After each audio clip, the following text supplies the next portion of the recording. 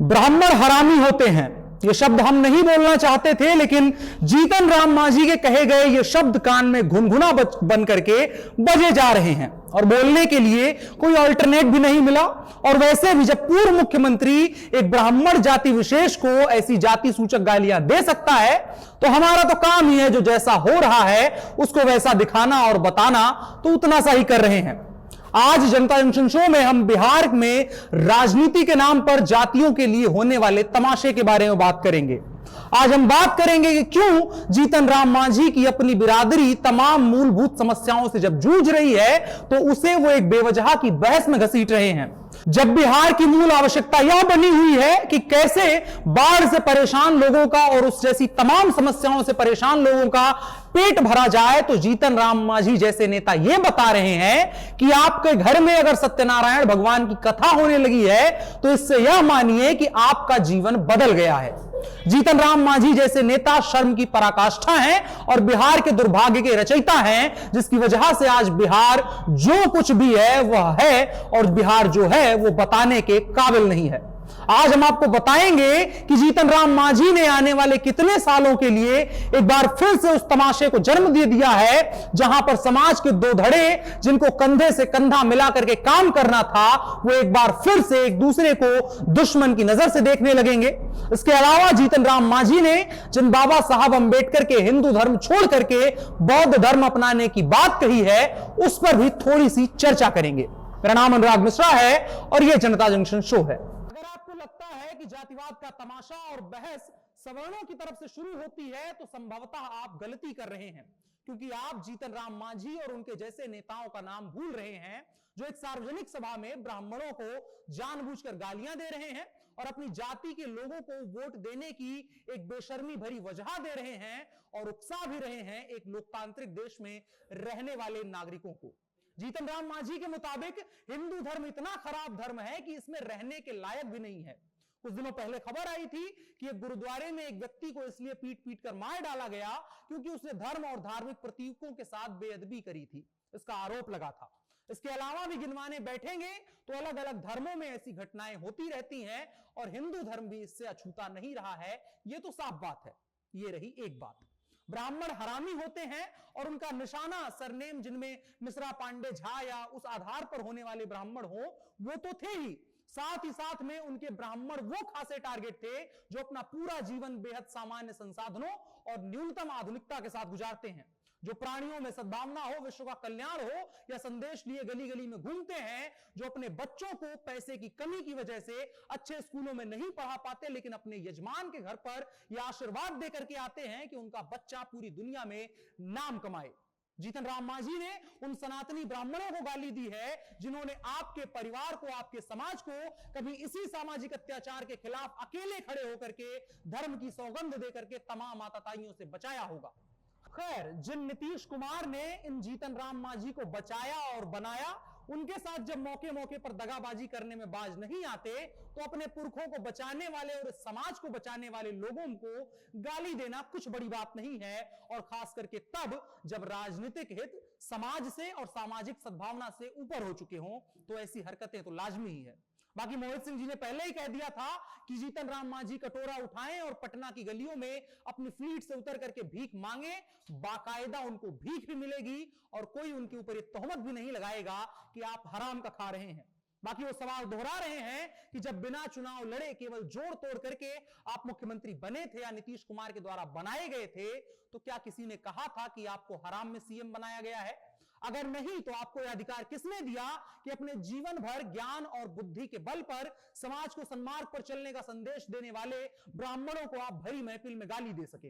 जीतन राम मांझी जी बहुत बड़े आदमी पहले कहे गए हैं, जाति ऐसी कि जाति नहीं है।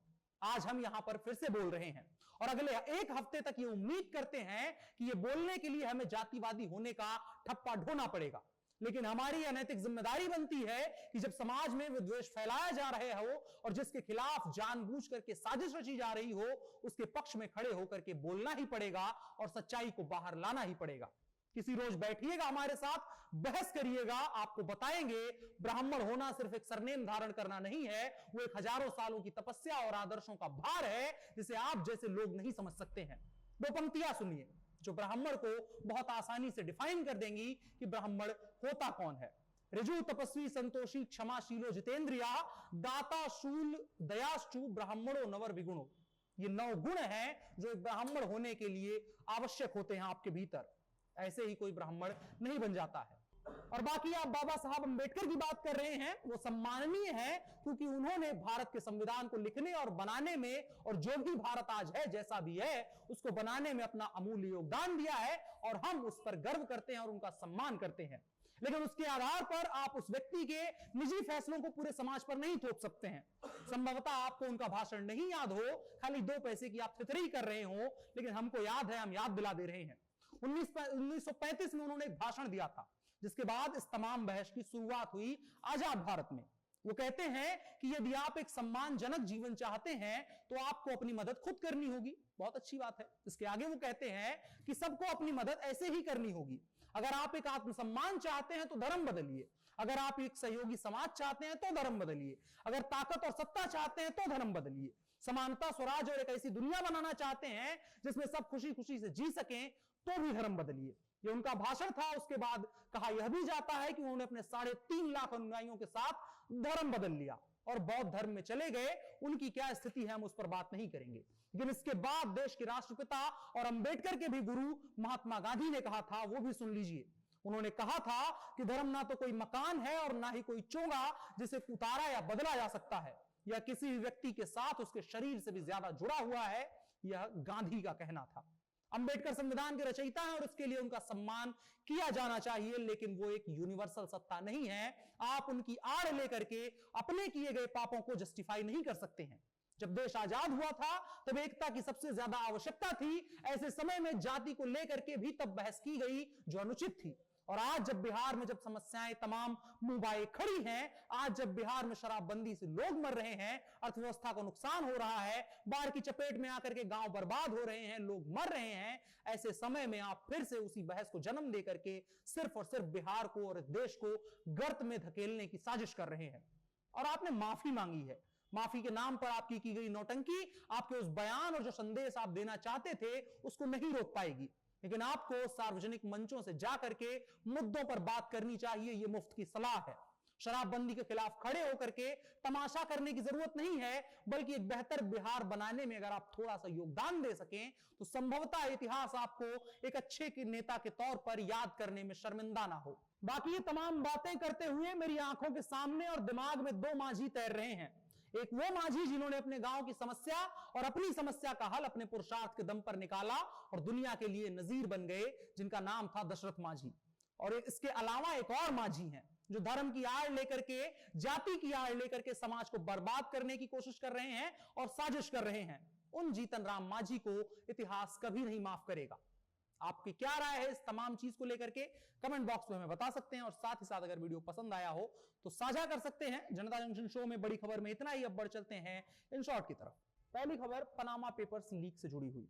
बहुचर्चित पनामा पेपर्स लीक में बच्चन परिवार की बहू और एक्ट्रेस ऐश्वर्या राय बच्चन की ईडी के दफ्तर में आज पूछताछ हुई। ईडी में उन्होंने 3 बार पहले भी समन भेजा था, पूछताछ के लिए बुलाया था। आज वो पेश हुई। पनामा पेपर्स मामले की लंबे समय से जांच चल रही है। इस मामले में अभिषेक बच्चन और अमिताभ बच्चन से भी पूछताछ हो चुकी है। सूत्रों के मुताबिक ईडी के अधिकारियों ने ऐश्वर्या से पूछने वालों सवालों की लिस्ट तैयार करी और उसके बाद ऐश्वर्या राय ने पहले ही इन दस्तावेजों को पूरी तरह से झूठ का पुलिंदा तैयार कराया है। इस दस्तावेज में फिल्मी सितारों और उद्योगपतियों सहित 500 भारतीयों के नाम शामिल हैं। पूछताछ में क्या हुआ अभी उसकी कोई भी पुष्टि नहीं हुई है। इसके अलावा एक खबर दिल्ली से कोरोना से जुड़ी हुई। दिल्ली में ओमिक्रॉन के बढ़ते खतरे को देखते हुए सोमवार को कैबिनेट और दिल्ली आपदा प्रबंधन प्राधिकरण DDMA की बैठक के बाद मुख्यमंत्री अरविंद केजरीवाल ने प्रेस कॉन्फ्रेंस की। इसमें मुख्यमंत्री ने जानकारी दी कि ओमिक्रॉन के खतरे से लड़ने के साथ लिए पूरी दिल्ली तैयार है। इसके साथ ही उन्होंने केंद्र सरकार से गुजारिश करी कि वो राजधानी में बूस्टर डोज लगाने की इजाजत दें। केजरीवाल ने मुफ्त राशन वितरण को लेकर के भी किए गए बड़े फैसले और टीचर्स यूनिवर्सिटी पर भी जानकारी दी। इसके अलावा खबर जम्मू कश्मीर से। जम्मू और कश्मीर के लिए बने परिसीमन पैनल ने जम्मू में 6 और कश्मीर घाटी में एक और विधानसभा सीट बढ़ाने का प्रस्ताव दिया है। इससे जम्मू में 43 और कश्मीर में 47 सीटें हो जाएंगी। एसटी के लिए 9 सीटें और एससी के लिए 7 सीटें रिजर्व रखी जाएंगी। वहीं पीओके के लिए 24 सीटें रिजर्व होंगी। एसोसिएट मेंबर ने 31 दिसंबर 2021 तक इस पर सुझाव मांगे हैं। इसके अलावा एक खबर पंजाब से। पंजाब विधानसभा चुनाव से पहले बेअदबी की घटनाओं पर केंद्र सरकार ने पंजाब सरकार को अलर्ट जारी किया है। केंद्रीय गृह मंत्रालय पंजाब के सभी गुरुद्वारों, डेरों, मंदिरों के अलावा सभी धार्मिक स्थानों की सुरक्षा बढ़ाने को कहा है। गृह मंत्रालय ने कहा है कि देश विरोधी तत्व पंजाब में धार्मिक भावनाएं भड़काने की कोशिश कर सकते हैं। आज के इन शॉर्ट्स में इतना ही। अब बढ़ चलते हैं आज के कानून की तरफ। दंड प्रक्रिया संहिता की धारा 154 के तहत एफआईआर दर्ज की जाती है। एफआईआर एक ऐसा दस्तावेज है जो किसी भी अपराध की पहली सूचना होता है। जब भी कोई अपराध होता है तब पुलिस अधिकारी को अपराध का संज्ञान होने के बाद उसका एफआईआर दर्ज करने का अधिकार है। लेकिन आप तब क्या करेंगे जब कोई आपके खिलाफ झूठी एफआईआर दर्ज करवा दे। वैसे तो पुलिस अधिकारी को एक निष्पक्ष व्यक्ति कहा गया है। उसका झुकाव न शिकायतकर्ता की तरफ होता है न ही आरोपी की तरफ। निष्पक्ष जांच उसका मूल कर्तव्य होता है। लेकिन सभी को पता है कि हमारी व्यवस्था में भ्रष्टाचार दीमक की तरह फैला हुआ है। लेकिन कुछ तरीके बने हैं कि अगर आपके खिलाफ झूठी एफआईआर दर्ज होती है, कुछ चीजें ऐसी हैं जिनके तहत अगर आप पर झूठी एफआईआर दर्ज करवा दी गई है तो आप रद्द करवा सकते हैं। इसके लिए धारा 482 बनाई गई है। दंड प्रक्रिया संहिता यानी सीआरपीसी की धारा 482 उच्च न्यायालय को शक्तियां देती हैं। इसके तहत उच्च न्यायालय को सीधे तौर पर काफी बड़ी बड़ी शक्तियां प्राप्त हैं और उन शक्तियों में किसी भी एफआईआर को रद्द करने और किसी के भी ऊपर चल रहे मुकदमे को रद्द करने की शक्तियां हाईकोर्ट्स को प्राप्त हैं। और ध्यान देने वाली बात यह भी है कि यह शक्ति सिर्फ हाईकोर्ट के पास है, सुप्रीम कोर्ट के पास भी यह शक्ति नहीं है। एफआईआर रद्द करने के लिए कुछ आधार होने चाहिए कि जैसे अगर तथ्य झूठे हैं और पुलिस और शिकायतकर्ता की मिलीभगत मिलती है तो उच्च न्यायालय के पास ऐसी शक्ति है कि वह एफआईआर को रद्द कर सकती है।